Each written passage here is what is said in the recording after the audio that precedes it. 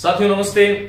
Gyan Sudha college आयुक्तालय राजस्थान सरकार के इस मंच पर मैं आपका हार्दिक स्वागत करता हूं। विद्यार्थियों, जैसा कि हम जानते हैं कि एक विद्यार्थी जीवन में जो सफलता का जो मार्ग है वो किताबों से होकर के गुजरता है, ये सत्य है। लेकिन वर्तमान युग जो है, जैसा कि हम सभी जानते हैं कि ये सोशल मीडिया का युग है और इसके माध्यम से आपको बहुत कुछ चीजें सीखने को मिलती हैं। यदि आप अपने साथियों की मदद करना चाहते हैं तो इस मंच को, इस YouTube चैनल को आप सब्सक्राइब करें, अपने साथियों के साथ ज्यादा से ज्यादा इसको शेयर करें, साझा करें, ताकि सभी को इसका फायदा मिले। हमारा ये उद्देश्य है कि इस मंच के माध्यम से, मैंने आपको आगे भी कहा था कि यहां पर कॉलेज आयुक्तालय के बहुत से लोग जो हैं कई विषयों पर व्याख्यान आपको देते हैं, तो ये मंच अधिक से अधिक प्रसारित हो, ये मैं आप लोगों से आशा करता हूं, उम्मीद करता हूं। साथियों, आज हम बात करने वाले हैं विराम चिन्ह की। रीट परीक्षा में हिंदी व्याकरण में एक नया बिंदु जोड़ा गया, विराम चिन्ह। हालांकि मैं इसको नया नहीं कहूंगा, क्योंकि विराम चिन्ह से संबंधित रीट में पूर्व की जो परीक्षाएं थी उसमें भी प्रश्न पूछे गए थे। किस प्रकार के प्रश्न आते हैं, आज इसके बारे में हम बात करने वाले हैं। क्या होता है विराम चिन्ह और किस प्रकार से हमें इसको पढ़ना चाहिए। साथियों, कोई भी जब हम बिंदु पढ़ते हैं तो सबसे पहले हमारे मस्तिष्क में यह आना चाहिए कि इस बिंदु की उपादेयता क्या है। मैं यदि वास्तविकता कहूं तो ये जो बिंदु है विराम चिन्ह, ये व्याकरण से अधिक भाषा विज्ञान का विषय है, भाषा की जो संरचना है उसका विषय है। देखिए, विराम चिन्ह शब्द में दो शब्द हैं, एक को है विराम और दूसरा है चिन्ह। साथियों, विराम का अर्थ होता है रुकना या रुकाव, क्योंकि विराम भाववाचक शब्द है तो मैं भाववाचक शब्दों का प्रयोग करना ज्यादा उचित समझता हूं। विराम का अर्थ है रुकाव, ठहराव या विश्राम। और ये जो चिन्ह शब्द है, इस चिन्ह का अर्थ होता है निशान। देखिए, जैसा कि हम सभी जानते हैं कि संस्कृत, हिंदी इत्यादि जो भाषाएं हैं उसकी जो लिपि है वो देवनागरी है। जैसे एक लिपि के चिन्ह है, जैसे हम क का एक चिन्ह होता है, वैसे ही हमारी भाषा में रुकने के, ठहरने के, विश्राम करने के जो चिन्ह है उसी का नाम विराम चिन्ह है। सवाल यह उठता है कि आखिर विराम चिन्हों की आवश्यकता क्या है। तो इस सृष्टि का प्रत्येक प्राणी यह चाहता है कि उसकी अभिव्यक्ति सुंदर हो, चाहे वो मौखिक रूप से बोल रहा है। मैं अभी मौखिक रूप से बोल रहा हूं तो मुझे पता है कहां पर कितना रुकना है, कहां पर कितना ठहरना है। लेकिन एक लेखक जब अपनी कोई बात को संप्रेषित करता है, क्योंकि शब्द से बड़ी कोई सृष्टि इस दुनिया में नहीं है, और वह अपने मस्तिष्क के विचारों को जब लिपिबद्ध करता है, जिसको हम लेखन कहते हैं, लिखते समय पाठक को उस लिखे हुए से, लेखक के लिखे हुए से कुछ अच्छा जो है भाव बोध हो, संप्रेषण में बाधा उपस्थित नहीं हो, और इसके लिए हिंदी में विराम चिन्हों का प्रयोग किया जाता है। जैसा कि मैंने बताया, विराम का अर्थ है रुकाव, ठहराव, विश्राम, और चिन्ह का अर्थ होता है निशान।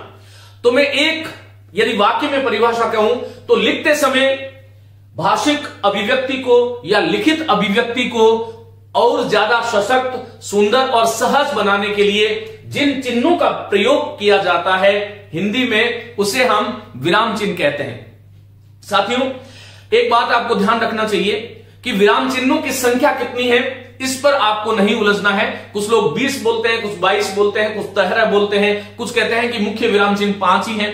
मैं उस पर नहीं जा रहा, लेकिन आपको यह ध्यान रखना चाहिए कि हिंदी का जो मौलिक चिन्ह है वो एक खड़ी पाई के रूप में और 2 खड़ी पाई के रूप में प्रयुक्त होता था। हिंदी में 18वीं शताब्दी तक ये 2 ही, जिसे आज हम विराम चिन्ह कह सकते हैं, उनका प्रयोग होता था। दोहे के अंत में पाई, एक खड़ी पाई, और पूरा जब दोहा समाप्त हो जाता था, दोहा चौपाई शोर था, तो वहां पर 2 खड़ी पाई का निशान होता था। लेकिन 20वीं शताब्दी में जब विलियम फोर्ड कॉलेज की हिंदी के विकास में बड़ा महत्वपूर्ण योगदान है उस कॉलेज का, जब कलकत्ता में उस विश्वविद्यालय की स्थापना हुई और अंग्रेजी का जब प्रभाव आया, तो अंग्रेजी के प्रभाव से हिंदी भाषा में विराम चिन्हों का प्रयोग होने लगा। यदि आपसे कोई पूछे कि हिंदी में विराम चिन्हों का प्रयोग किससे प्रभावित है, तो आपको ध्यान रखना है हिंदी में विराम चिन्हों का प्रयोग जो है वो अंग्रेजी से प्रभावित है। हिंदी में एकमात्र चिन्ह है जिसको आज हम पूर्ण विराम कहते हैं, वह पूर्ण विराम हिंदी का मौलिक विराम चिन्ह है, जिसे पूर्व में खड़ी पई कहा जाता था। अब उसका नाम जो है शोधित करते हुए हम उसे पूर्ण विराम कहते हैं। मैं आज आप लोगों को बताने वाला हूं कि कहां पर किस प्रकार से हमें इन चिन्हों का प्रयोग करना चाहिए। लेकिन आइए उससे पहले मैं बात करता हूं कि ये कुछ चिन्ह मैंने आपको लिखे हैं, उन चिन्हों को देख करके देखिए प्रश्न किस प्रकार का आता है। जैसा कि मैंने आपको बताया था कि 2016 की जो रीट परीक्षा थी उसमें एक इस प्रकार का विराम चिन्ह दिया गया था और यह पूछा गया था कि इसे क्या कहते हैं। तो आपको यह ध्यान रखना है कि मैंने यहां पर 5, 10, 12 जो विराम चिन्ह के जो संकेत जो लिखे हैं उसे देख करके आपको पहचानना है कि इसका नाम क्या है। साथियों आइए मैं यहां से शुरू करता हूं। सबसे पहले ये जो आपको 9 की तरह 9 की तरह 9 तो इस तरह से होता है, लेकिन इसका जो छोटा रूप है जिसको आंग्ल भाषा में अंग्रेजी में हम खड़ी पाई बोलते हैं, सॉरी कोमा बोलते हैं। ये जो कोमा है ये अल्प विराम है, ये ध्यान रखिएगा। इसको मैंने ये जो कोष्टक है इसका नाम भी बड़ा कोष्टक है। 3 प्रकार के कोष्टक हमारे यहां प्रयुक्त होते हैं, आगे मैं बात करने वाला हूं। छोटा कोष्टक, मझला कोष्टक और बड़ा कोष्टक। हालांकि इन कोष्टक का प्रयोग गणित में अधिक होता है, हिंदी में केवल छोटे कोष्टक का प्रयोग होता है लेखन में। तो आपको ये ध्यान रखना है कि ये जो चिन्ह आपको दिखाई दे रहा है, यदि मैं आपसे पूछूं कि ये क्या है तो ये अल्प विराम है। आपको ध्यान रखिएगा अल्प विराम का प्रयोग कहां कहां पर होता है उसके बारे में हम बाद में बात करेंगे। पहले आपको ये सीखना होगा कि ये जो चिन्ह है ये अल्प विराम का है। साथियों अल्प विराम जो है वो सबसे कम भाषा में सबसे कम समय के लिए रुकने के लिए जिस चिन्ह का प्रयोग किया जाता है उसका नाम अल्प विराम है। इसका प्रयोग कहां पर होता है वाक्य में उसके बारे में हम अभी बात करने वाले हैं। उसके बाद में देखिए ये कोमा है और कोमा के ऊपर एक डॉट लगा दिया जाता है तो इसका नाम हो जाता है अर्ध विराम, और ये रीट में पूछा गया था। फिर से बता रहा हूं ये अल्प विराम है, ये अर्ध विराम है। अल्प विराम, अर्ध विराम, ये जो चिन्ह है इसका क्या नाम है तो कहना नहीं होगा, सीधा सीधा आपसे कोई पूछे तो इसका नाम पूर्ण विराम है और यही हिंदी का मौलिक विराम चिन्ह है। ये आपको ध्यान रखना है। ये सभी लोग जानते हैं, आप लोग ये जो है वो प्रश्न सूचक या प्रश्न बोधक या प्रश्नवाचक चिन्ह के नाम से इसका जो है इसे जाना जाता है। आगे जो ये जो पूर्ण विराम है इसके नीचे एक पॉइंटर लगा दिया जाता है, इसका नाम विस्मयादिबोधक है। विस्मयादिबोधक चिन्ह के लिए एक दूसरा नाम है आश्चर्य सूचक। तो चलिए मेरे साथ साथ आप अभ्यास करें। अल्प विराम है, अर्ध विराम है, पूर्ण विराम है, प्रश्न सूचक है और ये जो है विस्मय सूचक या आश्चर्य सूचक चिन्ह है। उसके बाद में देखिए बहुत ही महत्वपूर्ण बात यहां पर आपको ध्यान रखना है कि हिंदी भाषा में 2 चिन्हों का प्रयोग होता है। सबसे ज्यादा जो अशुद्धि हम जहां पर करते हैं वो यही स्थल है। साथियों ये जो थोड़ा सा बड़ा जो लाइन है, ये जो एक तरह से बड़ी जो पड़ी हुई खड़ी पाई कह सकते हैं इसको, ये सीधी खड़ी पाई, ये पड़ी हुई खड़ी पाई है। ये जो बड़ा चिन्ह थोड़ा सा होता है इसका नाम है निर्देशक चिन्ह, इसका नाम है निर्देशक चिन्ह। इसका प्रयोग कहां होगा मैं आज आपको पूर्ण स्पष्ट रूप से बताने वाला हूं, लेकिन ये जो चिन्ह है इसका नाम है निर्देशक चिन्ह। ये इससे जो थोड़ा सा छोटा जो होता है इसका नाम है योजक चिन्ह। निर्देशक चिन्ह और योजक चिन्ह अलग अलग अभिव्यक्तियों के लिए भाषा में प्रयुक्त होते हैं। साथियों जिन विद्यार्थियों के पास ये हमारी पुस्तक हिंदी व्याकरण माला है, वह विद्यार्थी इस पूरी पुस्तक में उन्हें पढ़ करके देख करके ये खुशी होगी कि हम लोगों ने लिखते समय इस बात का विशेष ध्यान रखा है पहले ही पृष्ठ से लेकर के अंतिम पृष्ठ तक कि हिंदी में जो विराम चिन्हों की जो व्यवस्था, यद्यपि मैं मानता हूं कि अभी भी हिंदी में विराम चिन्हों का 100% मानकीकरण नहीं हुआ है, फिर भी जो स्वीकृत नियम है उन स्वीकृत नियमों के अनुसार इस हिंदी व्याकरण माला में पूरी पुस्तक में विराम चिन्हों का कदम कदम पर निर्वहन किया गया है। मानवीय भूल को यदि मैं छोड़ दूं तो मैं आपको आश्वस्ति देता हूं कि पूरी पुस्तक में विराम चिन्ह संबंधी कोई भी अशुद्धि आपको नहीं मिलेगी। चलिए साथियों, ये जो चिन्ह है इसको हम योजक चिन्ह कहते हैं। मैंने अभी आपको कहा कि जो लंबी लाइन है पड़ी हुई, इसका नाम निर्देशक चिन्ह है। ये वाला जो है ये योजक चिन्ह है। निर्देशक और योजक चिन्ह, जिसे हम डैश, इंग्लिश में हम डैश और हाइफन कहते हैं, उस डैश और हाइफन का जो एक्सप्रेशन है, जो अभिव्यक्ति है, वो अलग अलग है। दुर्भाग्य से हम इसको कहीं भी दोनों का प्रयोग कर लेते हैं। कुछ तो टाइपिस्ट ऐसे हैं जिनको भी ये पता नहीं है कि इसमें और इसमें अंतर क्या है, लेकिन आप परीक्षा देने जा रहे हैं, इसलिए आपको बड़ा ध्यान से आपको सुनना है। साथियों, ये जो इस कोष्टक में, ये बड़ा कोष्टक है, इस बड़े कोष्टक में ये मैंने आपको इस तरह से, देखो ये जो है, जिसको हम कह सकते हैं कि 6 इस तरह से लिखते हैं, और ये इस तरह से जिसको उल्टी और सीधी एक कोमा की जगह दोहरा चिन्ह का जो प्रयोग किया गया है, इसका नाम अवतरण चिन्ह या उद्धरण चिन्ह है। कई बार परीक्षक जो है भ्रमित करने के लिए वो उद्धरण चिन्ह का पूछ लेते हैं कि ये कौन सा उद्धरण चिन्ह है, और हम अवतरण चिन्ह को जो है याद करके चले जाते हैं। आपको ध्यान रखना चाहिए, इसका नाम अवतरण चिन्ह भी है और उद्धरण चिन्ह भी है, जहां पर दोनों और किसी भी महान व्यक्ति के या किसी भी व्यक्ति के मुख्य स्टेटमेंट को, मुख्य बात को हमें यदि उसी रूप में कहना हो बिना परिवर्तित किए, तो हम वहां पर दोहरे अवतरण चिन्ह का प्रयोग करते हैं। अवतरण चिन्ह के दो भेद होते हैं, इकहरा और दोहरा। इकहरा का प्रयोग किसी उपनाम या किसी एक विशेष शब्द को बाकी शब्दों से अलग करने के लिए इकहरा अवतरण चिन्ह का प्रयोग किया जाता है, जबकि दोहरा जो विराम चिन्ह है, दोहरा अवतरण जो चिन्ह है, उसका प्रयोग किसी भी व्यक्ति की बात को उसके शब्दों में जिस रूप में कहा गया था उसी रूप में अवतरित करने के लिए इस दोहरे अवतरण या उद्धरण चिन्ह का प्रयोग होता है।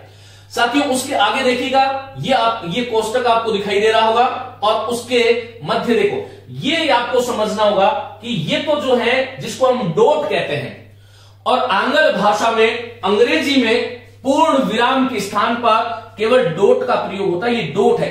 लेकिन ये जो है जिसमें एक शून्य हम मान सकते हैं उसको, यह जो शून्य है इसका नाम लाघव चिन्ह अथवा संक्षेपण चिन्ह है। मेरी बात को आप ध्यान से यदि सुनोगे तो आपको बड़ा आनंद आएगा। लाघव चिन्ह अथवा संक्षेपण चिन्ह है, ये इस प्रकार से देखो, ये उल्टा वी या वी के ऊपर इस तरह से चोटी हम बना देते हैं, तो ये वाला जो विराम चिन्ह है, हिंदी में इसका नाम त्रुटि पूरक अथवा हंस पद है। त्रुटि पूरक अथवा हंस पद नाम से यह जाना जाता है, यह आपको ध्यान रखना है। उसके बाद में देखिएगा, कुछ लोग क्या करते हैं, ये वाला जो चिन्ह है इसका नाम है लोप निर्देश चिन्ह। लोप निर्देश चिन्ह जो है उसमें आपको ध्यान रखना है कि कुछ लोग इस तरह से लंबे बहुत सारे डॉट लगा देते हैं अपनी मर्जी से। हमें ये ध्यान रखना होगा कि लोप निर्देश चिन्ह में केवल 3 जो है, 3 इस प्रकार से, हालांकि वो डॉट लगाने लगे, ये फॉन्ट में भी मिलता नहीं है, लेकिन लोप निर्देश का मतलब है कि 3 बिंदु जहां पर आ गए वह लोप निर्देश है। लोप निर्देश का अर्थ यह है कि हम हमारी बात को जब पूरी ना कह करके अधूरी छोड़ना चाहते हैं, तो वहां पर हम ये लोप निर्देश चिन्ह का प्रयोग करके वाक्य के अंत में पूर्ण विराम का प्रयोग कर देते हैं, तो ये लोप निर्देश है। ये जो चिन्ह है इसका नाम है विवरण चिन्ह। ये देखिए, एक जो है वो कॉलन है और कॉलन के आगे ये डैश है, ये भी आपको ध्यान रखना है। अवतरण चिन्ह जो है वो ये नहीं होता है साथियों, ये तो योजक हो गया, इसको थोड़ा लंबा लिखना है, तो ये जो है विवरण चिन्ह के नाम से हिंदी में जाना जाता है, ये आपको ध्यान रखना है। उसके बाद में ये समता सूचक, जिसको हम इक्वल कहते हैं, समता सूचक, साम्य सूचक जो चिन्ह है, ये जो दो बराबर, जैसे हम कह सकते हैं कि क बराबर ख, तो ये जो है ये बराबर जिसको हम बोलते हैं समता सूचक चिन्ह है। साथियों, उसके बाद में ये देखिएगा, ये जो दोहरा जो चिन्ह था कोमा का, 2-2 कोमा का, ये ऊपर है, और यदि नीचे की तरफ होता है तो इसका नाम है अनुवृत्ति चिन्ह। इसका नाम है अनुवृत्ति चिन्ह।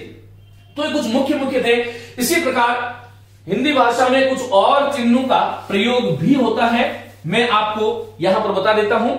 देखिए, हालांकि इसको जो है हमें विराम चिन्ह नहीं कहना चाहिए, ये ऊपर नीचे जो 2 बिंदु है इसका नाम विसर्ग है, ये पूर्ण विसर्ग है।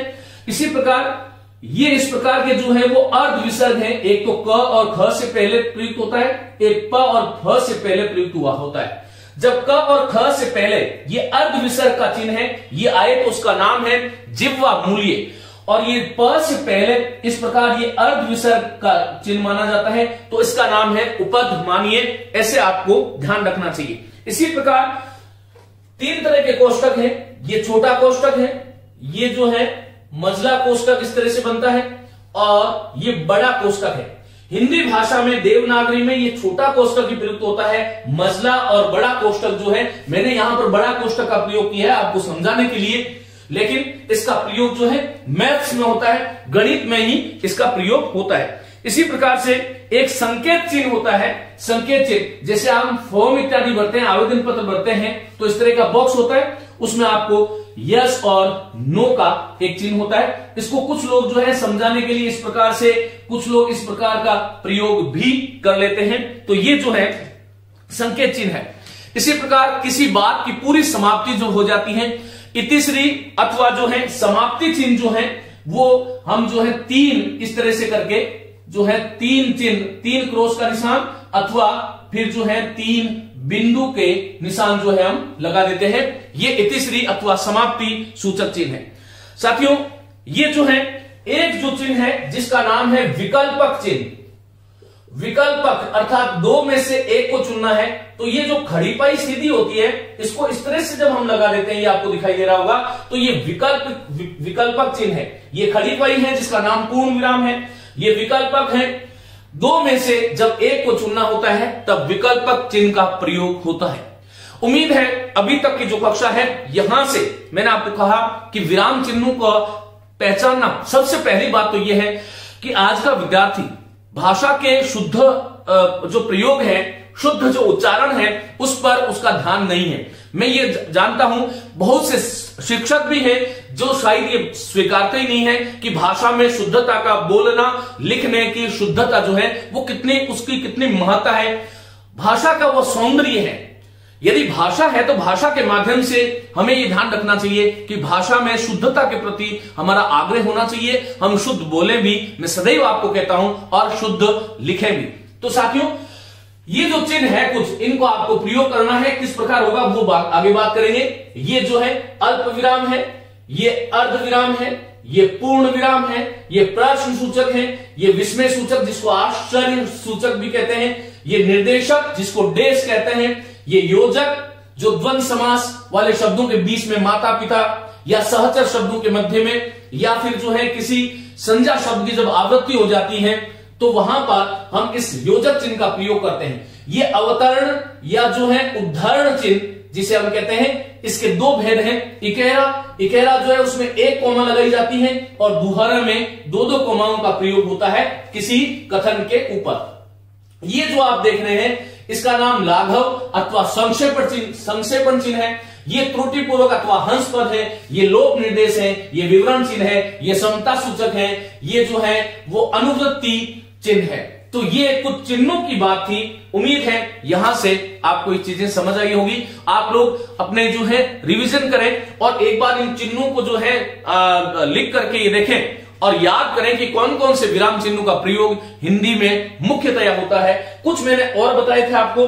विसर्ग चिन्ह है, ये अर्ध विसर्ग का चिन्ह है, ये 3 प्रकार के कोष्टक है, छोटा कोष्टक, मझला कोष्टक और बड़ा कोष्टक। ये जो है संकेत चिन्ह है, ये विकल्पक चिन्ह जो है ये हिंदी में प्रयुक्त होता है, और ये इतिश्री अथवा समाप्ति सूचक चिन्ह है। तो चलिए साथियों, ये कुछ महत्वपूर्ण बातें थी। अब मैं शुरू करता हूं कि इन विराम चिन्हों का प्रयोग हमें किस प्रकार से, किस स्थान पर, किस तरह से करना चाहिए ताकि हमारी अभिव्यक्ति जो है बोलने की अथवा लिखने की वह सरल हो, सहज हो। चलिए सबसे पहले बात करेंगे पूर्ण विराम की, और पूर्ण विराम जो है वो वाक्य में सबसे ज्यादा रुकने के लिए जिस चिन्ह का प्रयोग किया जाता है वो पूर्ण विराम है। पूर्ण विराम का प्रयोग आमतौर पर वाक्य के अंत में होता है, लेकिन अल्प विराम और अर्ध विराम का जो प्रयोग है वो वाक्य के मध्य में होता है। ये आपको ध्यान रखना है। पूर्ण विराम का एक जगह प्रयोग जो है वो वाक्यांश में भी होता है। कहां पर होगा अभी हम बात करेंगे उसके बारे में। चलिए साथियों, पूर्ण विराम वाक्य अथवा एक अभिप्राय की पूर्ण समाप्ति का सूचक चिन्ह है। या तो वाक्य, भाषा की सबसे बड़ी जो इकाई है, भाषा की सबसे बड़ी जो इकाई है वो वाक्य है, और वाक्य अथवा एक अभिप्राय, वक्ता अथवा लेखक जब अपने एक अभिप्राय को पूर्ण कर लेता है, उसके आगे हम जो है पूर्ण विराम का प्रयोग करते हैं। जैसा कि मैंने बताया, यह हिंदी का मौलिक चिन्ह है। तो पूर्ण अभिप्राय जो है, एक अभिप्राय की जब पूर्ण समाप्ति हो जाती है, उसका सूचक। अब आपसे यह प्रश्न किया जा सकता है कि वाक्य अथवा एक अभिप्राय की पूर्ण समाप्ति का सूचक कौन सा चिन्ह है? तो पूर्ण विराम है, यह आपको ध्यान रखना है। आपसे यदि कोई परीक्षक इस प्रकार का प्रश्न कर ले कि अप्रत्यक्ष प्रश्नों के अंत में कौन से विराम चिन्ह का प्रयोग होता है, तो वहां पर आपको ध्यान रखना चाहिए पूर्ण विराम का होता है। अप्रत्यक्ष का अर्थ क्या है? जब कोई प्रत्यक्ष नहीं है और अप्रत्यक्ष जो है, या फिर हम जिसमें आज्ञा दी जा रही है या आज्ञा सूचक जिसका उत्तर होता है, ऐसे अप्रत्यक्ष प्रश्नों के अंत में पूर्ण विराम का प्रयोग होता है। साथियों, कविता में छंद के अंत में दोहा, सोरठा और चौपाई, छंद के अंत में जो है पहली पंक्ति के अंत में एक और छंद की जब समाप्ति हो जाती है, तब दो पूर्ण विराम चिन्ह का प्रयोग किया जाता है। यह भी आपको ध्यान रखना है। तो वाक्य अथवा एक अभिप्राय की पूर्ण समाप्ति का सूचक जो चिन्ह आपसे कोई पूछे तो पूर्ण विराम है। अप्रत्यक्ष प्रश्नों के अंत में किस चिन्ह का प्रयोग होता है, तो सबको ध्यान रखना है पूर्ण विराम है। आपसे यदि प्रश्न कर ले कि कविता में छंद के अंत में किस विराम चिन्ह का प्रयोग किया जाता है, तो वो पूर्ण विराम है, ऐसा आपको ध्यान रखना है। देखिए, मैंने एक वाक्य लिखा है कि शराब शरीर और आत्मा का नाश करती है। ये एक पूरा वाक्य है, एक अभिप्राय है, और ये पूर्ण समाप्त हो गया, तो उसके आगे हमने पूर्ण विराम का प्रयोग कर दिया। ये आपको ध्यान रखना है। अब इस वाक्य को थोड़ा जो है ध्यान से देखें। शराब के आगे मैंने क्या लगाया है?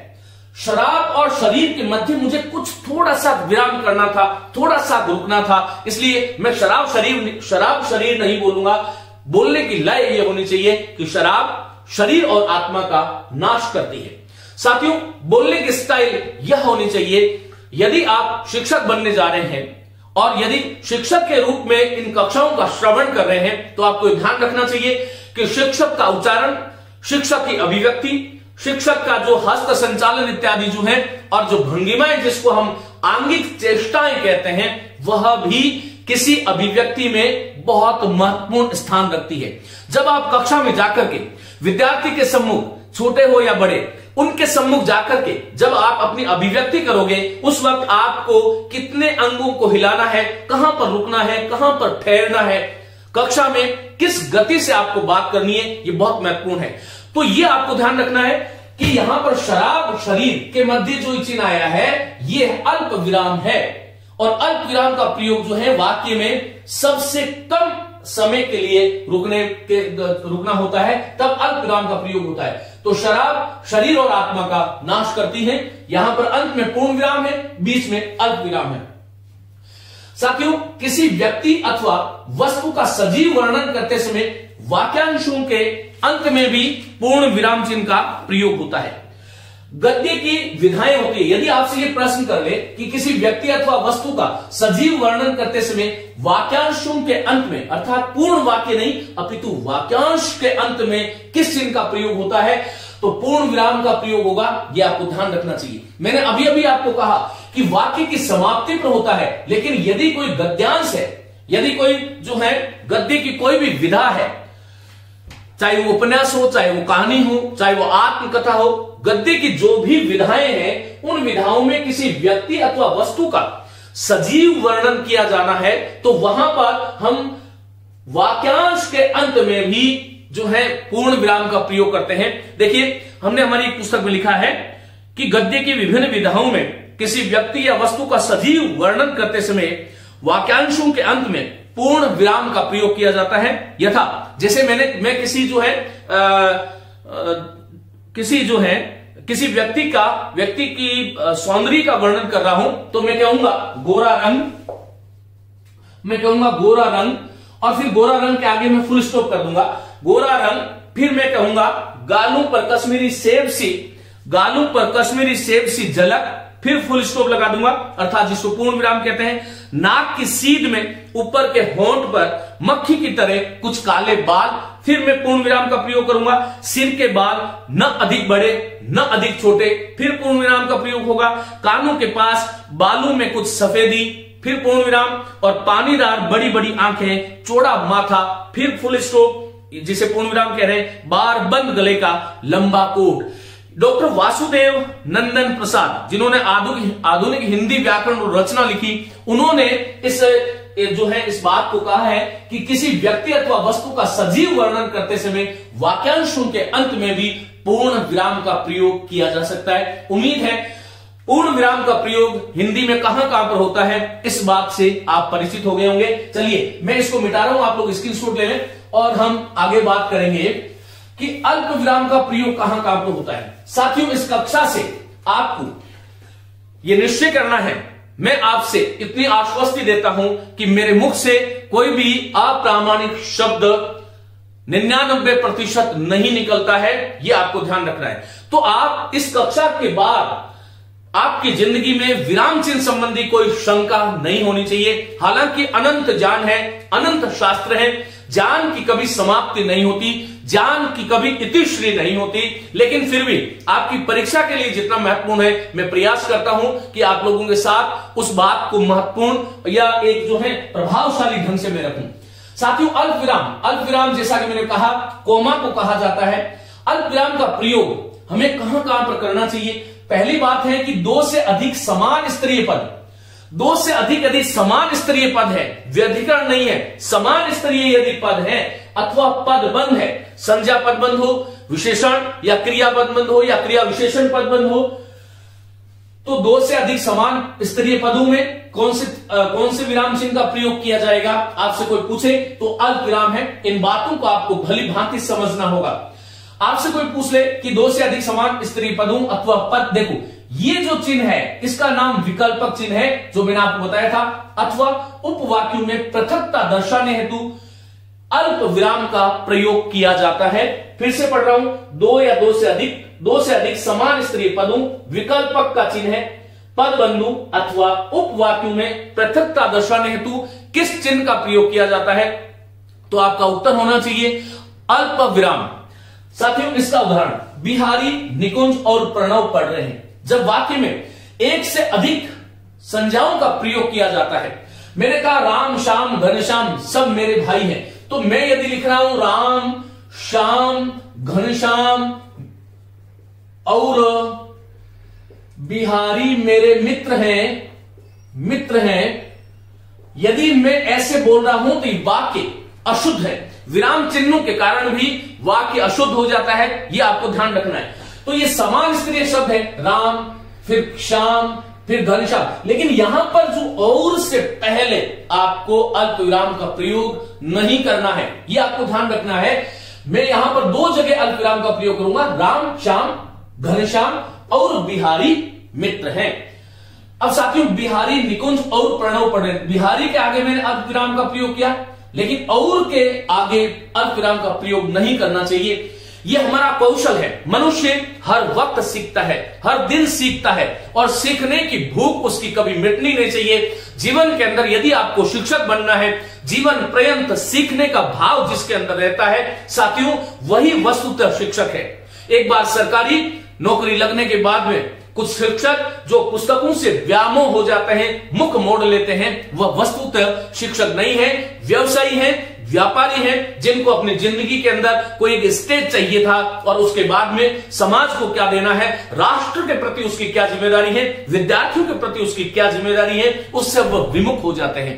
तो आप लोगों को, जितने भी मेरे विद्यार्थी हैं, इन विद्यार्थियों को, आप सभी को एक संदेश है कि जीवन में शिक्षा से बड़ा कोई भी और धन मनुष्य के पास नहीं है। मैं इस बात को बहुत गहरे से मानता हूं, और मेरे जीवन में शिक्षा के अतिरिक्त मेरे पास कोई भी योग्यता नहीं है। मैं अपने जीवन में मानता हूं कि सबसे बड़ी कोई योग्यता होती है तो वह शिक्षा है, और वो कौशल किसी भी प्रकार का हो सकता है। तो आपको इस छोटी छोटी बातें परीक्षा के लिए पढ़िए। मैं सदैव आपको कहता हूं कि हमें संत नहीं बनना है, आत्मज्ञान के लिए आप लोग नहीं पढ़ रहे हैं, लेकिन फिर भी परीक्षा के समय पढ़ते वक्त भी ये आपको ध्यान रखना है कि आपको जीवन में जब कभी भी वाक्य लिखो, चाहे आप रफ में लिख रहे हैं, चाहे आप फेर में लिख रहे हैं, कोई फर्क नहीं पड़ता। यदि आपको लिखना है, ये वाक्य लिखोगे तो यहां पर आपको कोमा लगानी है। आदत डालिए, आदतें इसी प्रकार से बनती है, आदतें ही मनुष्य को बनाती हैं, आदतें ही मनुष्य को बिगाड़ती हैं। ये बात आपको ध्यान रखनी है। तो बिहारी के और निकुंज ये क्या है? समान स्तरीय पद है, और समान स्तरीय पदों की पृथकता को दर्शाने के लिए अल्प विराम का प्रयोग होता है। जैसे मैंने कहा धनी निर्धन, निर्धनी, धनी निर्धन, निर्धनी नहीं होगा, धनी निर्धन शहरी ग्रामीण सभी को मताधिकार प्राप्त है। इस वाक्य को बहुत ध्यान से आप लोग देखिए साथियों। धनी के आगे कोमा लगाया है, निर्धन के आगे कोमा है, शहरी के आगे कोमा है, ग्रामीण के आगे कोमा नहीं है। अंतिम समान स्तरीय पद को छोड़ करके बाकी जो बचे हुए पद है उसके साथ हमें अल्प विराम का प्रयोग करना चाहिए। तो धनी निर्धन शहरी ग्रामीण सभी को मताधिकार प्राप्त है। यहां पर अंत में जो है ये पूर्ण विराम है। ये वाला जो है ये अवतरण चिन्ह है जिसका नाम उद्धरण चिन्ह है। मैंने यहां पर ये जो आपको बताया है कि अवतरण और उद्धरण, तो यहां पर ये इकहरा अवतरण है। यहां पर मुझे इस मताधिकार को परिभाषित करना था, मताधिकार के विषय में मुझे बताना था। जैसे मैंने आपसे कहा कि व्याकरण में पदार्थ के नाम को सूचित करने वाले शब्दों को संज्ञा कहते हैं। संज्ञा के दोनों ओर आपको इस प्रकार का जो चिन्ह है ये अवतरण चिन्ह है और इकहरा अवतरण है। किसी उपनाम को, जैसे मैंने कहा कि रामधारी सिंह दिनकर, तो रामधारी सिंह और आगे क्या लिखूंगा, दिनकर जो लिखूंगा उसके जो है ये इकहरा अवतरण चिन्ह का प्रयोग मुझे करना चाहिए। तो ये आपको समझ में आ गया। इसी प्रकार मैंने कहा कि उपवाक्यों में पृथकता दर्शाने हेतु ये दो उपवाक्य हैं। पानी हमारा जीवन है, कोमा हवा प्राण है, और अन्न हमारी सृष्टि है। मुझे इस प्रकार का वाक्य लिखना था, तो पानी हमारा जीवन है के आगे मुझे अल्प विराम लगाना है, और बोलते वक्त भी पानी हमारा जीवन है, हवा प्राण ऐसे नहीं बोलना है। पानी हमारा जीवन है, हवा प्राण है, और अन्न सृष्टि है। तो इस तरह से आपको ये वाला जो चिन्ह है मैंने जानबूझ करके लगाया।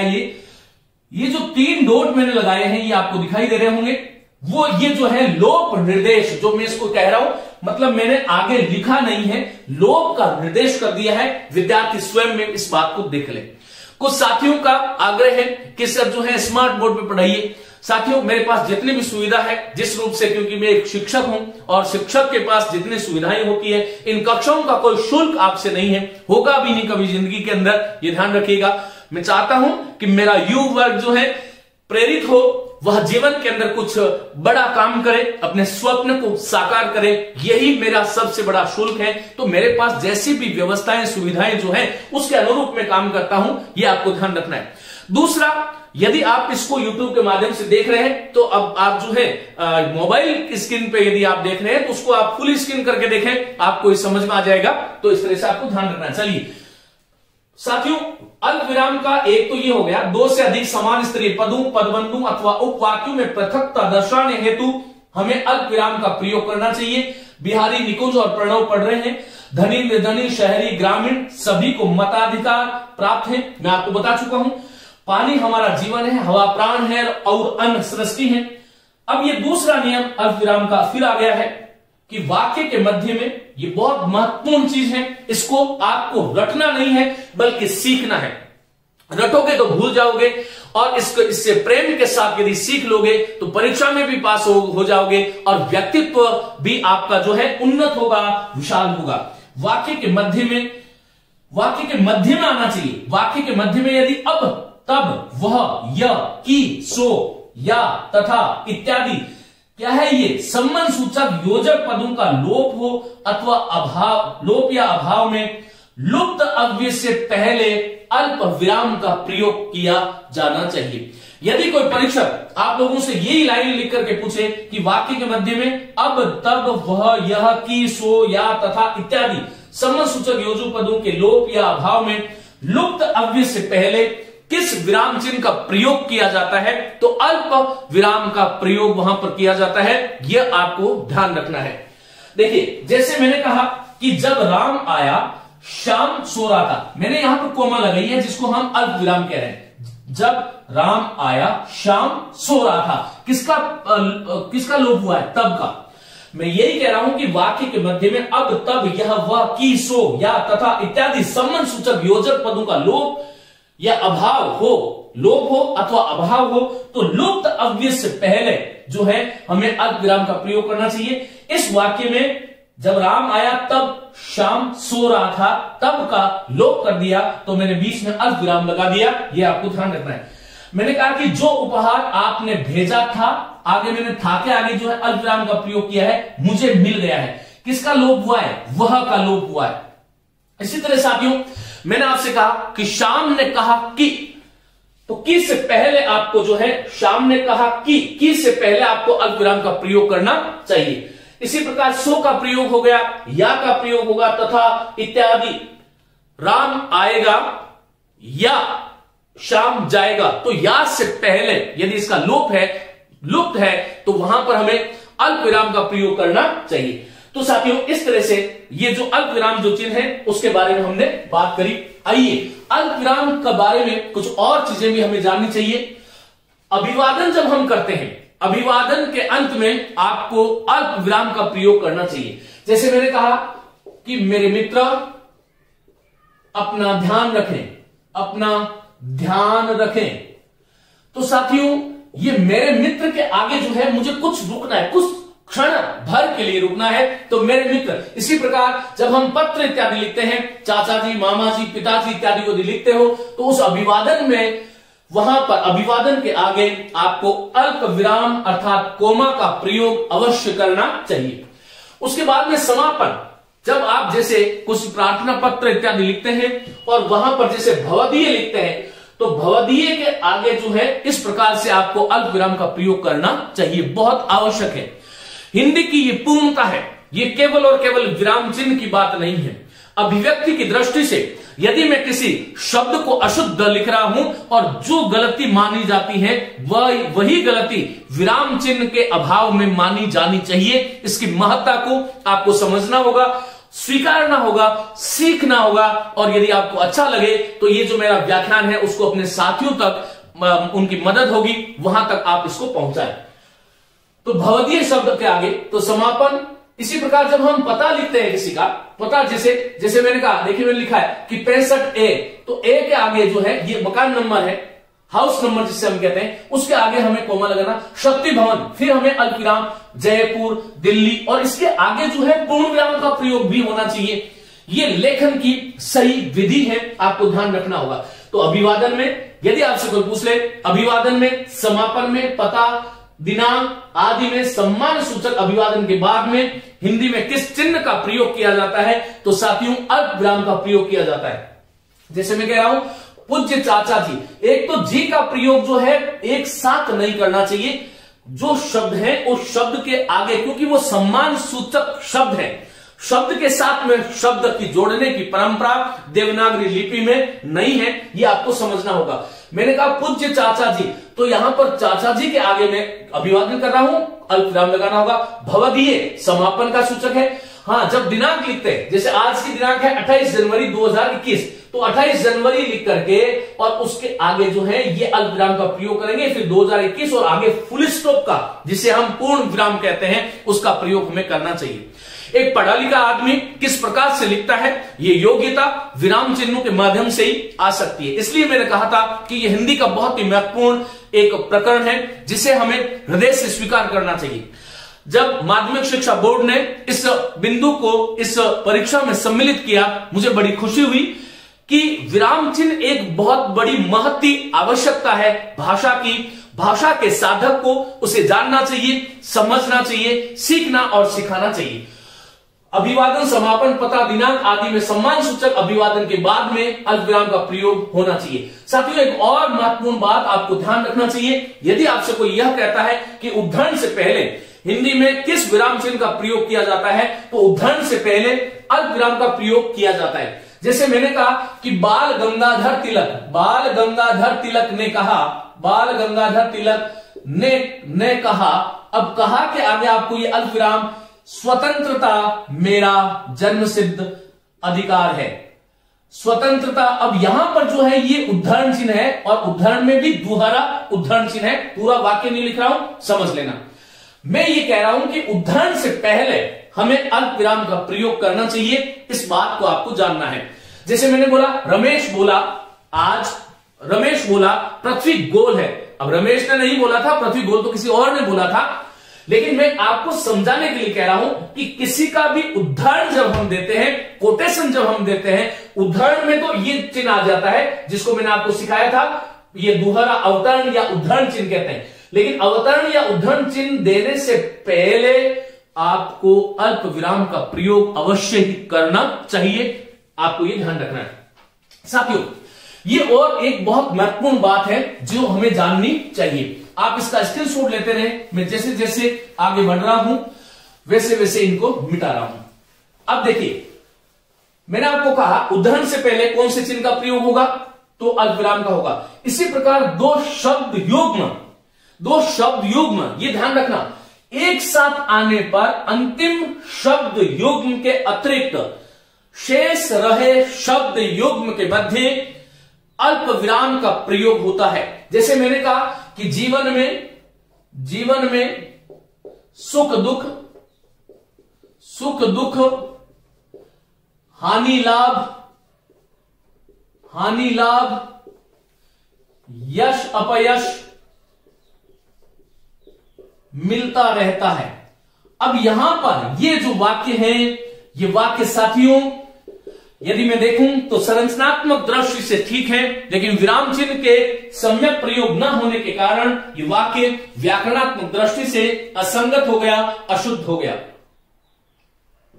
अब देखिए, मैंने कहा कि जीवन में सुख दुख हानि लाभ, तो यहां पर आपको क्या करना था, वस्तुतः आपको सुख दुख के आगे अल्पविराम, हानि लाभ के आगे अल्पविराम, लेकिन यश अपयश के आगे अल्पविराम नहीं लगाना है। ये अब पढ़ो, आपको समझ में आएगा कि दो शब्द युग्म एक साथ आने पर अंतिम शब्द युग्म के अतिरिक्त, अंतिम शब्द युग्म 3 शब्द युग्म है, सुख दुख हानि लाभ यश अपयश, तो यहां पर अंतिम शब्द युग्म के अतिरिक्त जो शेष रहे शब्द युग्म है उसके मध्य आपको अल्प विराम का प्रयोग करना चाहिए। उम्मीद है अल्प विराम के बारे में अब जीवन में आपको आगे किसी प्रकार की कोई भ्रांति नहीं होने वाली है। प्रश्न किस प्रकार से आएंगे इसके बारे में भी मैं आपको बता चुका हूं, मैं इसको मिटा रहा हूं। साथियों, इसके बाद में देखें अर्ध विराम। देखिए, मैंने जैसा कि बताया, ये पूर्ण विराम है, ये अल्प विराम है, ये अर्ध विराम है, ये विस्मय सूचक है, ये प्रश्न सूचक है,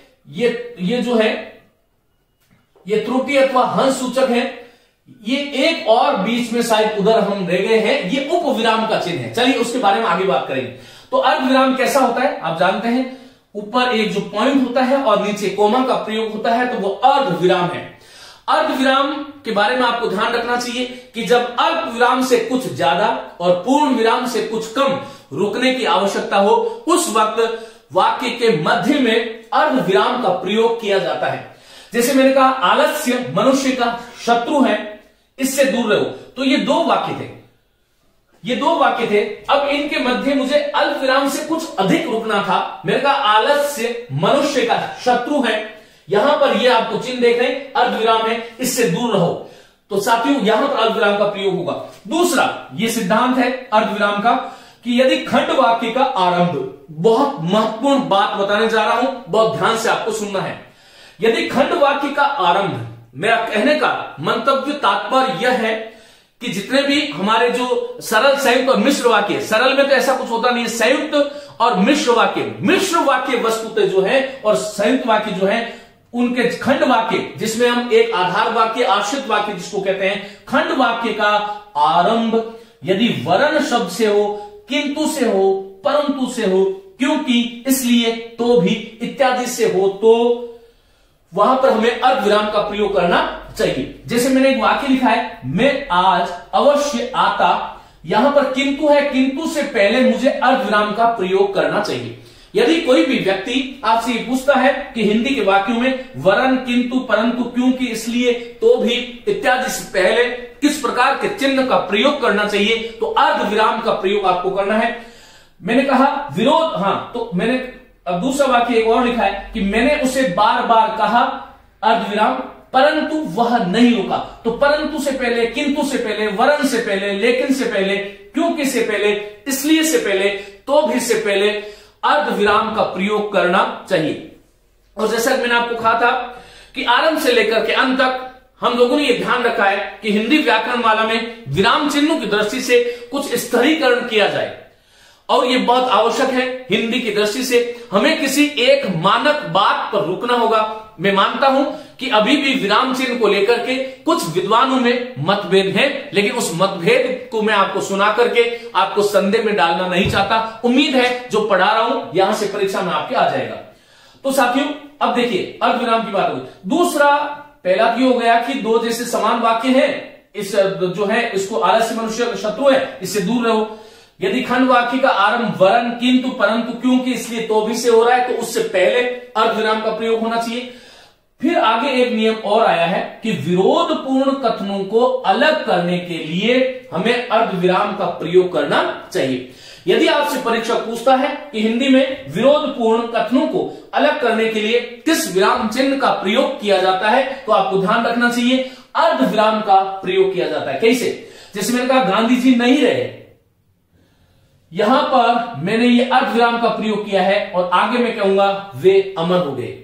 नहीं रहे इसका मतलब मर गए, तो अमर कैसे होगी? विरोधपूर्ण वाक्य है, वे अमर हो गए, लेकिन लाक्षणिक दृष्टि से कहा गया अमर हो गए के आगे पूर्ण विराम है, इससे पहले मैंने अर्धविराम का प्रयोग किया है। साथियों, निरंतर आने वाले पदबंधों के मध्य जो है, निरंतर आने वाले जो पदबंध है उनके मध्य भी अर्धविराम का प्रयोग हमें करना चाहिए। तो ये कुछ बहुत महत्वपूर्ण बातें थी। निरंतर आने वाले कैसे? जैसे मैंने आपसे कहा कि प्रातःकाल के शीतल कोमा मन कोमा सुगंधित समीर के झोंकों से कलियां खिलखिला उठती हैं। ये हिंदी व्याकरण माला का वाक्य है जो मैं पढ़ रहा हूं। खिलखिला उठती है, फिर मैंने अर्धविराम का प्रयोग किया है खिलखिला उठती है के आगे, और फिर रात की नींद का आनंद लेकर जीव जगत पूर्व दिन का क्लेश भूल जाता है, फिर अर्धविराम है। धीरे धीरे बाल अरुण अंधकार रूपी राक्षस को लील जाता है, अंत में पूर्ण विराम है।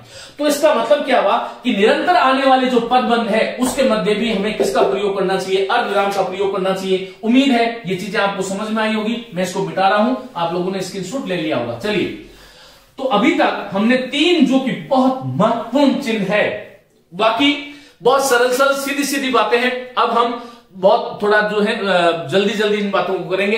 3 चिन्ह मैं मानता हूं कि बहुत महत्वपूर्ण है, जो भाषिक दृष्टि से, अभिव्यक्ति की दृष्टि से हिंदी के किसी भी विद्यार्थी को, शिक्षक को जानना चाहिए, इसलिए विस्तार से मैंने बात करी। पूर्ण विराम, अल्पविराम, अर्धविराम। चलिए नेक्स्ट, प्रश्न सूचक या प्रश्नवाचक चिन्ह, जैसा कि हम जानते हैं ये है, ये सबसे सरल है।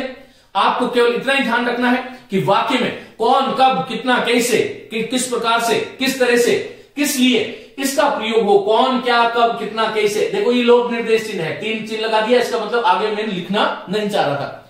तो यहां जब कौन, का, क्या, कब, कितना, कैसे, किस लिए इत्यादि प्रश्न सूचक अवयवों से, प्रश्न सूचक अवयवों से या सर्वनाम से जब प्रश्नता का बोध हो, जब प्रश्न का बोध हो, तभी प्रश्न सूचक या प्रश्नवाचक विराम चिन्ह का प्रयोग हमें करना चाहिए। इसका प्रयोग भी वाक्य के अंत में होता है। जैसे पूर्ण विराम का प्रयोग भी वाक्य के अंत में होता है, उसी प्रकार प्रश्न सूचक विराम चिन्ह का प्रयोग भी वाक्य के अंत में होता है। तो यहां पर जैसे मैंने कहा आप क्या पढ़ रहे हैं, तो यहां पर आपको उत्तर देना पड़ेगा। इसका मतलब मैंने साइन ऑफ इंट्रोगेशन जो है ये प्रश्न सूचक चिन्ह लगा दिया, लेकिन वहां पर मैंने आपको कहा कि कौन, क्या, कब, कितना, कैसे इत्यादि प्रश्न सूचक अवयवों से प्रश्न का बोध होना चाहिए, तभी प्रश्न सूचक विराम चिन्ह का प्रयोग होगा, अन्यथा नहीं होगा। जैसे मैंने कहा कि मैं क्या बताऊं, तो मैं क्या बताऊं कि आगे आपको अल्पविराम का प्रयोग करना चाहिए। श्रीमान, मैं क्या बताऊं श्रीमान, तो यहां पर जो क्या का प्रयोग है इससे प्रश्न का बोध नहीं हो रहा, इसलिए यहां पर हमें प्रश्न सूचक का प्रयोग नहीं करना चाहिए। ये बहुत सरल सा विराम चिन्ह है जिसके बारे में हमने बात करी। आइए आगे हम बात करते हैं विस्मयादिबोधक। ये बहुत सरल है। जब मैंने आपको वाक्य संरचना पढ़ाई थी उसमें भी मैंने इसको विस्तार से बता दिया, इसलिए मैं यहां पर संक्षिप्त रूप से बताऊंगा कि विस्मयादिबोधक, जिसे आश्चर्य सूचक चिन्ह भी कहा जाता है, इसका प्रयोग विस्मय, हर्ष, विषाद, शोक, सुख, दुख, आश्चर्य को अभिव्यक्त करने में किया जाता है। उस आश्चर्य सूचक, क्रोध सूचक, अहंकार सूचक, घृणा सूचक शब्द जो है उसके आगे इसका प्रयोग किया जाता है। इसका चिन्ह जैसा कि हम जानते हैं ये पूर्ण विराम है और इसके नीचे एक पॉइंटर बना देते हैं। ये शब्द आप लोग जानते हैं वाह, क्या बात है, तो आनंद है, उमंग है, उल्लास है, तो वाह के आगे छी छी, तो इस तरह से ये होता है। हाय, हाय वो नहीं रहा, शाबाश आप जीत गए, तो यहां पर एक तरह से आश्चर्य है, खुशी है। यहां पर जो है जो आश्चर्य हो गया, ऐसा हो गया। इसी प्रकार मैंने कहा अच्छा वो नहीं रहे, अच्छा वो नहीं रहे, तो यहां पर अच्छा ये आश्चर्य सूचक है, तो वहां पर हमें विस्मयादिबोधक का प्रयोग करना चाहिए। साथियों विस्मय की अधिकता को दर्शाने के लिए, विस्मय की अधिकता को दर्शाने के लिए कई बार आपने देखा होगा कि वहां पर 1, 2 और 3 इस प्रकार का प्रयोग भी किया जाता है। ये संस्कृत की चाल से हिंदी में है। जैसे मैंने कहा वाह, तो वाह के आगे मैंने ऐसे लगा दिया, और फिर मैंने कहा, फिर मैंने एक लिखा वाह, और फिर मैंने लिखा वाह वाह वाह। इस प्रकार से अतिशय दर्शाने के लिए, विस्मय की अधिकता को दर्शाने के लिए हम जो है इन चिन्हों की पुनरावृत्ति भी कर देते हैं। तो ये था आपका विस्मय सूचक चिन्ह, इसको मैं मिटा रहा हूं। उसके बाद में साथियों आगे का जो चिन्ह है उसकी बात करेंगे, निर्देशक चिन्ह। ये बहुत महत्वपूर्ण है, निर्देशक चिन्ह और ये योजक चिन्ह। देखो छोटा वाला जिसे हम हाइफन कहते हैं, और ये जो है वो डैश है जिसे हमें निर्देशक चिन्ह कहना चाहिए, और हाइफन को हमें योजक चिन्ह कहना चाहिए। देखो निर्देशक चिन्ह का प्रयोग कहां करना चाहिए ये आपको ध्यान रखना है, जहां उदाहरण देना हो, जहां किसी बात का उदाहरण देना हो। जैसे मैंने कहा इसी समय आवाज आई, फिर मैं यहां पर ये निर्देशक चिन्ह लगाऊंगा, रास्ता छोड़ो। इसी समय आवाज आई, रास्ता छोड़ो। वार्तालाप में वक्ता के नाम के बाद, जैसे मैंने कहा शिमला, शिमला, शिमला, आप कश्मीर कब गई, तो शिमला के आगे में ये निर्देशक चिन्ह का प्रयोग करूंगा, योजक चिन्ह का प्रयोग नहीं करना है। हिंदी में सर्वाधिक अशुद्धियां करने वाले ये चिन्ह है निर्देशक, और योजक जो चिन्ह है जिसको हम डैश और हाइफन कहते हैं, इसका प्रयोग बहुत सावधानी से करना चाहिए। साथियों एक बहुत महत्वपूर्ण बात, मैंने यदि आपसे कहा कि यथा, जैसे, उदाहरणार्थ, हम जैसे कहते हैं कि संज्ञा 3 प्रकार की है, या मैंने और कोई इस प्रकार का दिया, मैंने कहा यथा, तो यथा के आगे ये नहीं लगाना है आपको, यथा के आगे ये निर्देशक चिन्ह का प्रयोग आपको करना है। इसी प्रकार मैंने कहा जैसे, तो जैसे जब हम स्पष्टीकरण करते हैं तो वहां पर हमें निर्देशक का होगा। मैंने कहा उदाहरणार्थ, जब हम किसी कथन को बोल करके उदाहरणार्थ जहां पर प्रयुक्त करते हैं वहां पर भी आपको निर्देशक का प्रयोग करना चाहिए। साथियों योजक चिन्ह जो है, योजक चिन्ह का प्रयोग, ये छोटा वाला योजक चिन्ह है जैसा कि बताया, और बड़ा वाला जो है ये बड़ा है, ये छोटा योजक चिन्ह है। योजक चिन्ह का प्रयोग हमें कहां करना चाहिए, द्वंद्व समास के जो पद हैं उसमें यदि संधि नहीं हो रही है तो द्वंद्व समास के जितने भी समस्त पद हैं उसमें योजक चिन्ह का प्रयोग हमें करना चाहिए। युग्म शब्द है, जो शब्द युग्म जो आप पढ़ते हो उसके बीच में भी आपको जो है योजक चिन्ह का प्रयोग करना चाहिए। सहचर शब्द जो साथ साथ चलते हैं, मैंने कहा रात दिन, माता पिता, इस प्रकार संज्ञा की आवृत्ति हुई, तो मैंने कहा बात बात पर रूठ जाता है, बात बात पर, तो बात बात पर रूठ जाता है, रूठ जाता है। ये जो वाक्य है, इस वाक्य के अंत में पूर्ण विराम है, लेकिन यहां पर ये बीच में जो है योजक चिन्ह का प्रयोग करना चाहिए। मैंने कहा कि पहले पहले मैं ऐसा जानता था, तो पहले पहले के बीच में, इसी प्रकार मैंने कहा बार बार, यहां पर कुछ लोग बात करके इस प्रकार करके और फिर आगे 2 का चिन्ह लगा देते हैं। आधुनिक हिंदी में इस 2 के चिन्ह को अस्वीकार कर दिया गया है, अब इसको स्वीकारोक्ति नहीं है, यह आपको ध्यान रखना है, योजक चिन्ह का प्रयोग ही करना चाहिए। इसी प्रकार विलोम शब्द जो हैं, विलोम शब्दों में भी हमें योजक चिन्ह का प्रयोग करना चाहिए।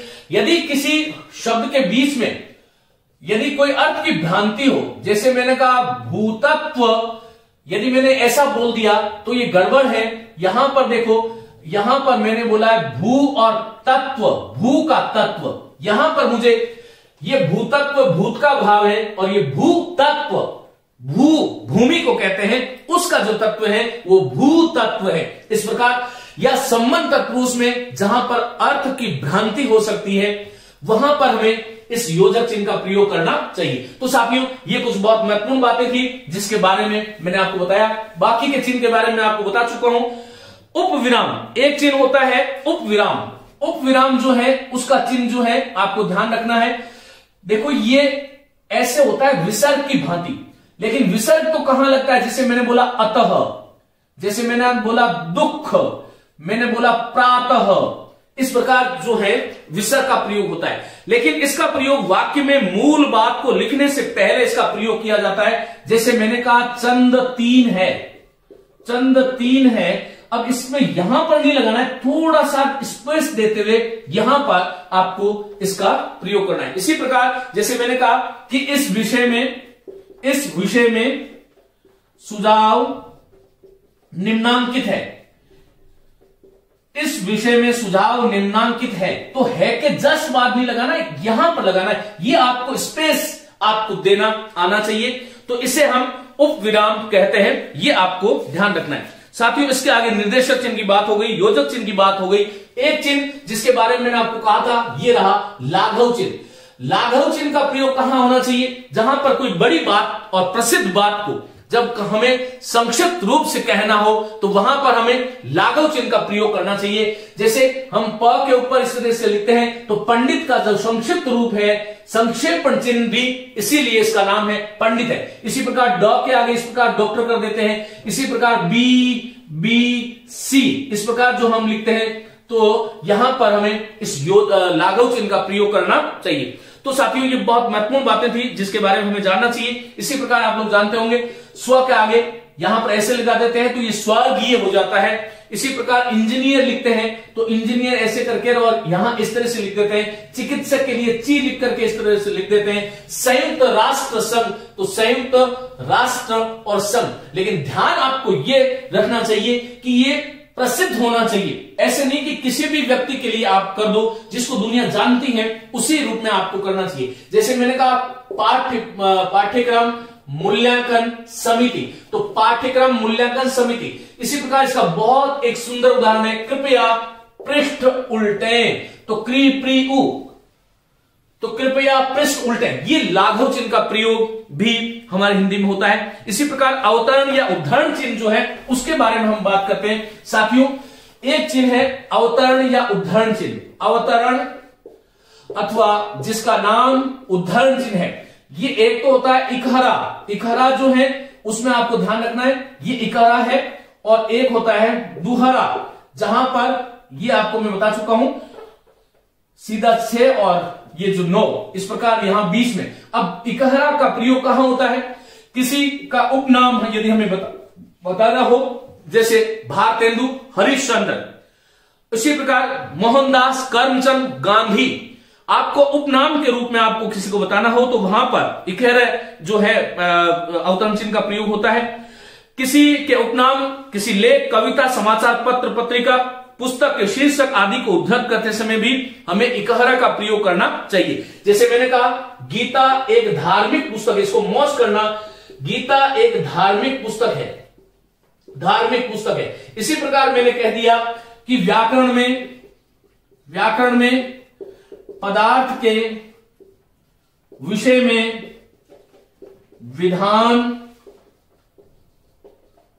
किए जाने वाले शब्दों को क्रिया कहते हैं। पदार्थ के विषय में विधान करने वाले शब्दों को क्रिया कहते हैं। तो जब मुझे किसी को इस प्रकार से स्पेशल रूप से, विशेष रूप से बताना हो, इकहरा अवतरण उद्धरण चिन्ह का प्रयोग करना चाहिए। कई बार अवतरण की जगह उद्धरण चिन्ह पूछ लेते हैं, तो ये बार बार मैं आपको कह रहा हूं, इस बात को आपको ध्यान रखना है। साथियों दुहरा रूप का प्रयोग किसी वक्ता या लेखक के का जो कथन है उसको हूबहू जब हमें लिखने की आवश्यकता हो तब हमें जो है दुहरा, इस प्रकार ये दुहरा जो चिन्ह है अवतरण चिन्ह, उसका हमें प्रयोग करना चाहिए। जैसे मैंने कहा गीता का कर्म है, गीता का वचन है, गीता का वचन है, गीता का वचन है, वचन है। पहले जो अल्पविराम का प्रयोग करूंगा और फिर जो है कर्मण्येवाधिकारस्ते मां फलेषु कदाचन मां कर्म फल हेतु भूमा संगास्तु कर्मणि। इस प्रकार से आपको ध्यान रखना है। इसी प्रकार जैसे मैंने कहा मुंशी प्रेमचंद ने कहा है, कोमा, जिसे अल्पविराम कह रहे हैं, और क्या कहा है, कोई भी बात, जैसे स्त्रियों के आंसू पुरुषों की क्रोधाग्नि भड़काने में घी का काम करते हैं। ये प्रेमचंद का एक मुख्य कोटेशन था, उसको मुझे यदि हुबहू उद्धृत करना हो तो वहां पर मुझे दोहरा अवतरण या उद्धरण चिन्ह का प्रयोग करना चाहिए। हिंदी में एक विराम चिन्ह जिसे हम बोलते हैं कोष्टक, तो कोष्टक का प्रयोग जो है आपको ध्यान रखना है कि कोष्टक का प्रयोग जो है किसी शब्द के अर्थ को स्पष्ट करने के लिए, जैसे मैंने कहा कि मैं अनवर्त, अब अनवर्त का अर्थ यदि आप बताना चाहते हैं तो निरंतर पढ़ता रहा, इस प्रकार रहा हूं, इस प्रकार आपको अनवर्त का अर्थ स्पष्ट करने के लिए आपको उसको प्रयोग करते हैं। आप लोगों ने देखा होगा कहानी, नाटक, उपन्यास इत्यादि में जब पात्र जो है, जैसे मैंने कहा कि शकुंतला ने, फिर कोष्टक में लिखूंगा, छोटे कोष्टक में, ये 3 कोष्टक मैंने आपको बता दिया, ये छोटा कोष्टक है, ये इस प्रकार कुछ मुझे बनाना नहीं आता, ये मजला है, और ये वाला जो है वो बड़ा कोष्टक है। छोटे कोष्टक का प्रयोग किसी बात को और स्पष्ट करने के लिए किया जाता है। देवनागरी में इसी का प्रयोग सर्वाधिक होता है। जैसे मैंने कहा शकुंतला ने, फिर मैं कोष्टक में लिखूंगा अपना माथा ठोकते हुए ऐसा कहा, अपना माथा ठोकते हुए, कोष्टक बंद करूंगा, दुष्यंत को यूं कहा। तो साथियों ये जो जिसको हम छोटा कोष्टक कहते हैं उसका प्रयोग किसी बात को स्पष्ट करने के लिए किया जाता है। इसी प्रकार त्रुटिपूर्वक या हंस पद जिसको हम कहते हैं, ये एक और समझ लेते हैं, त्रुटिपूरक या हंस पद, त्रुटिपूरक अथवा जिसका नाम हंस पद है, तो ये किस प्रकार से है, इस प्रकार से या इस प्रकार, दोनों का प्रयोग होता है। जैसे मैंने कहा मैं आज जाऊंगा, अब यहां पर मैं भूल गया, छूट गया, तो मैं यहां इस तरह से ऐसे लिखूंगा और लिखूंगा जयपुर, दिल्ली, कहीं भी। कहने का मेरा मतलब यह है कि जब वाक्य लिखते समय कुछ ऐसा पद छूट जाए जो वाक्य में आना आवश्यक था परंतु वह उस वाक्य में नहीं लिखा गया है, उसको लिखने के लिए इस त्रुटिपूरक अथवा हंस पद जिसे हम कहते हैं उसका प्रयोग हमें करना चाहिए। इसी प्रकार एक विवरण चिन्ह है, जो ये जो है मैंने बता दिया कोलन, जिसे हम उप विराम कहते हैं, उसके आगे निर्देशक अर्थात देश का प्रयोग किया जाता है। जब किसी पद की व्याख्या करनी हो, उसके संबंध में कुछ विस्तार से बताना हो, तब हमें विवरण चिन्ह का प्रयोग करना चाहिए। आप लोगों जैसे प्रार्थना पत्र लिखते हैं उसमें नीचे लिखते हैं द्वारा, तो द्वारा के आगे इस प्रकार लिखना है। इसी प्रकार जब मैंने लिखा विषय लिखा प्रार्थना पत्र में, तो इस प्रकार से हम लिखते हैं। कोई परिभाषा हम जब लिखते हैं, मैंने कहा संज्ञा के 3 प्रकार हैं, संज्ञा के 3 प्रकार इस प्रकार हैं, तो वहां पर मुझे इस प्रकार के विवरण चिन्ह का प्रयोग करना चाहिए। इसी प्रकार कोई बात जब पूर्णतः समाप्त हो जाती है, इतिश्री या समाप्ति सूचक जो चिन्ह है उसका प्रयोग हमें जो है मैंने आपको बता दिया कि इस तरह से 3 जो है इस प्रकार से हम इसका प्रयोग करते हैं। एक चिन्ह और रह रहा है जिसका नाम है इस प्रकार, जो नीचे होता है उसको हम बोलते हैं अनुवृत्ति चिन्ह। अनुवृत्ति का मतलब यह है कि ऊपर की पंक्ति में लिखा हुआ शब्द यदि उसी रूप में हमें लिखना हो तो उस शब्द को लिखने की आवश्यकता नहीं है। जैसे मैंने कहा आचार्य